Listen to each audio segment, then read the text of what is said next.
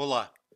Nesse vídeo vamos falar de melhores práticas para geração de malha para CFD. Então a gente vai comentar alguns pontos importantes como convergência de malha, a verificação da qualidade dos elementos e a verificação da malha junto à parede para captura de efeitos de camada limite. Então o primeiro ponto importante que a gente deveria observar é se a quantidade de células presentes na malha é capaz de capturar a física do escoamento. Então, para isso, a gente tem um mecanismo chamado convergência de malha, ou também conhecido como independência de malha, que é a solução do mesmo problema, mesmo modelo, com malhas diferentes. Os refinamentos da malha são diferentes. Então, aqui nessa imagem, a gente está vendo uma geometria de um duto de seção quadrada e a gente observa que foram feitos testes com 5 malhas diferentes, malha variando de 500 células a 1,5 milhão de células. E o gráfico embaixo a gente tem a evolução da perda de carga em função da quantidade de células. A gente observa que a gente tem uma variação grande da perda de carga no início, quando a gente varia de poucas células, de 500 para 3.000, por exemplo, e depois, à medida que a gente vai refinando, esse impacto deixa de ser tão importante. Então a gente vai refinando e o salto de 190 mil para 1,5 milhão de células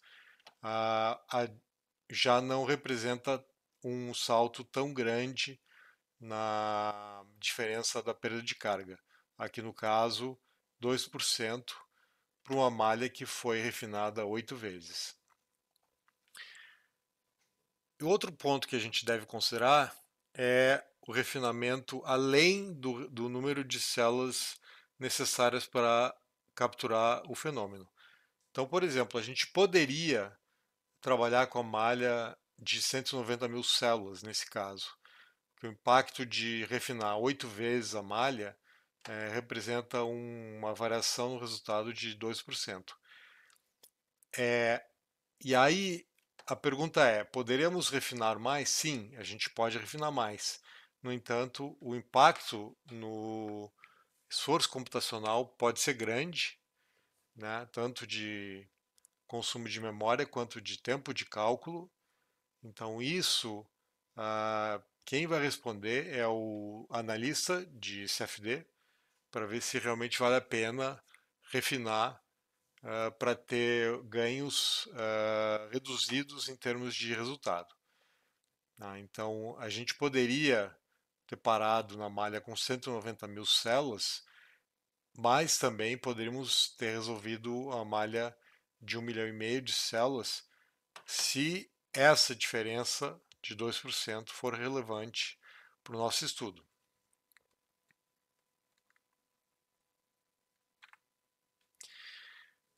O segundo aspecto importante que a gente deve sempre observar é a qualidade da célula. Então, a gente deve observar isso antes mesmo de enviar a malha para o solver, para fazer a configuração da física. Então, a gente tem 3 aspectos importantes para a CFD, que seriam a distorção dos elementos, o aspect ratio, ou razão de aspecto, e a variação de tamanho de células adjacentes. O primeiro deles é a distorção dos elementos. O que a gente gostaria é que os elementos fossem bem comportados. Por exemplo, um cubo ou um tetraedro regular. Seriam elementos perfeitos. No entanto, na geração de malha, dependendo da geometria que a gente procura resolver, a gente pode acabar gerando elementos com distorção. Então a gente tem basicamente para CFD duas medidas de distorção dos elementos. Um é chamado skewness e outro chamado orthogonal quality. Os dois medem a distorção dos elementos, mas de uma forma um pouco diferente. Então, qualquer um dos dois pode ser usado, Ah, só devemos tomar cuidado com ah, qual que é o melhor elemento e qual que é o pior. No caso de skewness, 0 é o elemento perfeito e 1 é o elemento totalmente distorcido. No orthogonal quality, é o contrário. 0 é o elemento totalmente distorcido e 1 é o elemento perfeito. Então, quando a gente avalia usando skewness, a gente quer que todos os elementos fiquem próximo de 0. Então, a gente recomenda que o skewness mais alto da malha seja menor que 0,97. No orthogonal quality, a gente gostaria que todos os elementos ficassem com um valor próximo a 1. Então a gente quer que o valor mais baixo de orthogonal quality fique acima de 0,001. Essa é a ideia. Mas é importante ressaltar que a convergência do processo iterativo depende de vários aspectos e a qualidade da malha é um deles. Então, nada garante que eu tenha, mesmo tendo uma malha de boa qualidade, eu vou ter convergência na hora de rodar o caso, né? Então, a malha é apenas um aspecto. É muito provável que se eu tiver elementos muito distorcidos, com skewness próximos de 1 ou orthogonal quality próximo de 0, é muito provável que isso provoque dificuldade de convergência.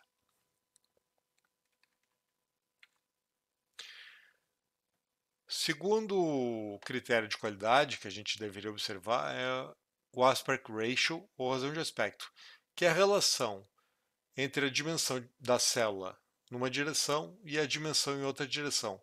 Então, aqui no caso do retângulo, eu tenho as dimensões A e B, e o meu aspect ratio vai ser A dividido por B. Então, longe das paredes, a recomendação é manter o aspect ratio abaixo de 20. Só que dentro da camada limite, a gente pode chegar até 1000 no aspect ratio, porque é comum dentro da camada limite, especialmente em escoamentos externos, a gente ter muitas camadas, a gente pode ter 20, 30, 40 ou ainda mais camadas, e as primeiras camadas serem bastante achatadas. Como normalmente o escoamento é paralelo à parede nessa região, o impacto não é tão dramático. Então, longe da parede, abaixo de 20, e perto da parede pode chegar até 1000. Então, aqui embaixo a gente tem uma, um exemplo de aspect ratio para triângulos. Então, dá para ter uma ideia visualmente de como é um elemento com o aspect ratio 1, que seria um triângulo equilátero, e um elemento com aspect ratio 20, onde eu tenho uma dimensão 20 vezes maior que a outra dimensão.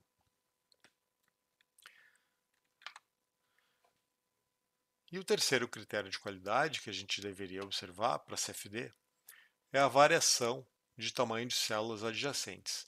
A gente deve evitar variação brusca de tamanho de células e, sempre que possível, garantir que a variação desse tamanho deve ser suave. Então, a taxa de crescimento deve ser menor que 1,3. Isso quer dizer que um elemento adjacente vai crescer no máximo 30% em relação ao elemento que está ao seu lado. Então, aqui embaixo a gente tem duas imagens. Na imagem da esquerda, a gente observa que a transição da última camada de prisma para o primeiro tetraedro é muito grande. O tamanho do último prisma é pequeno e o tamanho do primeiro tetraedro é muito grande. Essa variação é brusca, é ruim para o modelo numérico. Então a gente deveria buscar uma transição suave, como a gente vê na imagem da direita, que existe uma transição suave entre os elementos. Resumindo, então, os três aspectos, a gente deveria procurar uma malha de boa qualidade que depende de quê? De células não distorcidas demais. Então, a gente tem aqui na primeira coluna os elementos que a gente considera de boa qualidade e à direita a gente tem os elementos que a gente consideraria de qualidade ruim. Então, uma célula não distorcida demais, uma célula não alongada demais e uma transição suave entre o tamanho dos elementos. Tá? Então, aqui nesta coluna, na primeira coluna aqui, a gente tem exemplos de células de boa qualidade. Um outro ponto importante que a gente deve observar é a malha junto à parede, para capturar os efeitos que acontecem dentro da camada limite, especialmente o perfil de velocidade. Para que isso seja possível, para capturar esses fenômenos adequadamente, a gente precisa gerar a malha de uma maneira adequada nessa região.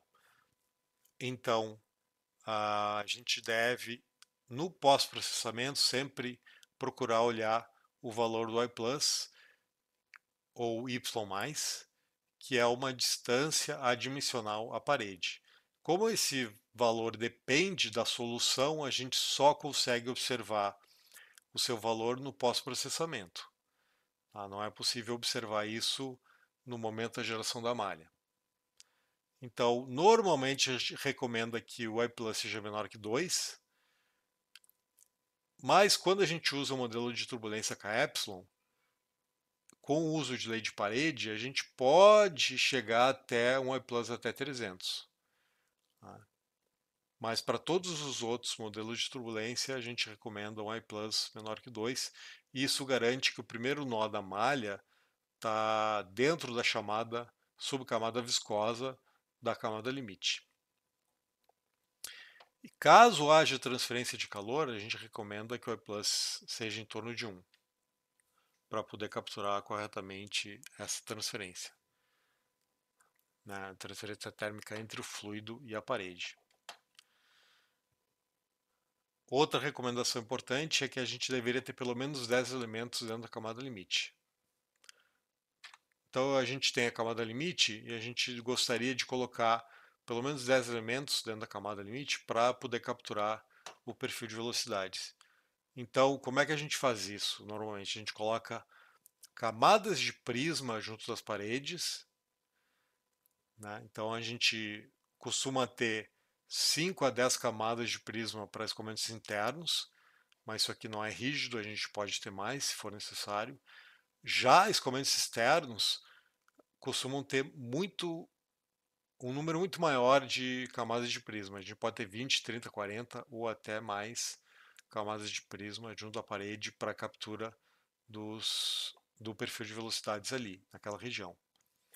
E a gente, claro, tem que garantir que haja uma transição suave entre o tamanho do elemento na última camada de prisma e o primeiro elemento no interior do domínio.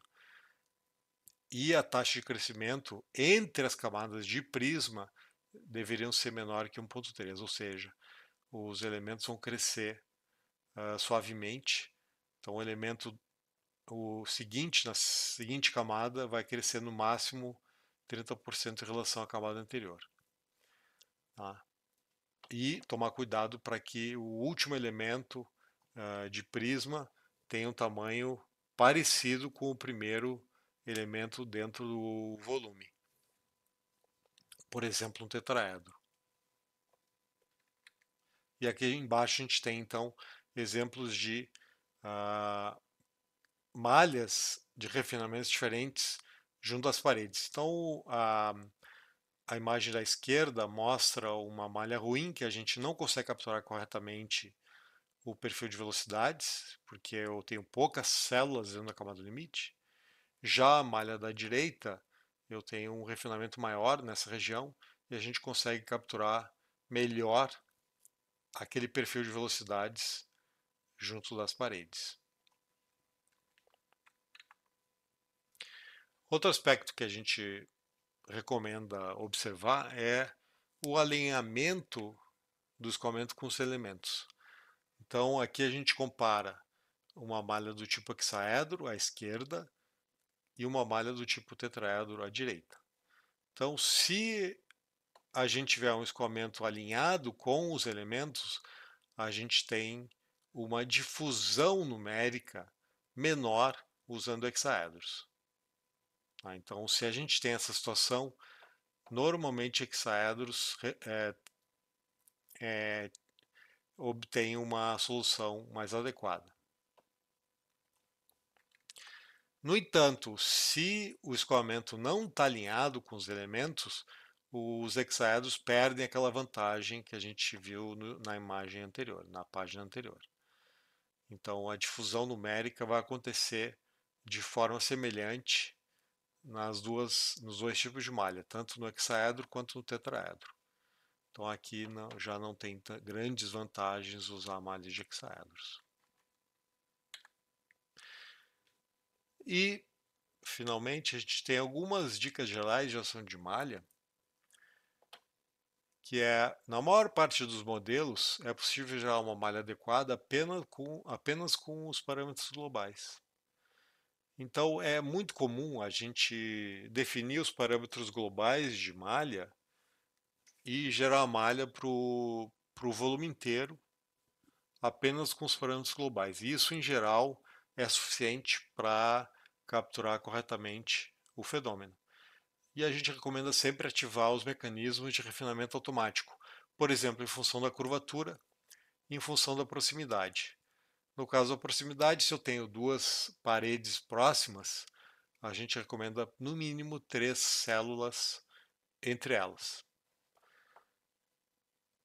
Mas pode acontecer, em alguns casos, da gente ser obrigado a refinar localmente. Então, por exemplo, alguns detalhes geométricos podem nos obrigar a refinar localmente, ou regiões com altos gradientes das variáveis envolvidas. Então, a gente acaba usando ferramentas de refinamento local, especialmente o sizing, onde a gente consegue definir o refinamento em arestas, superfícies ou volumes. A vantagem de fazer o refinamento local é que a gente refina só onde precisa, sem sem a necessidade de gerar malha refinada em todo o domínio, o que acabaria exigindo um esforço computacional muito alto. Então, essa é a vantagem de fazer o refinamento local quando isso for necessário. E com isso a gente encerra esse vídeo. Obrigado.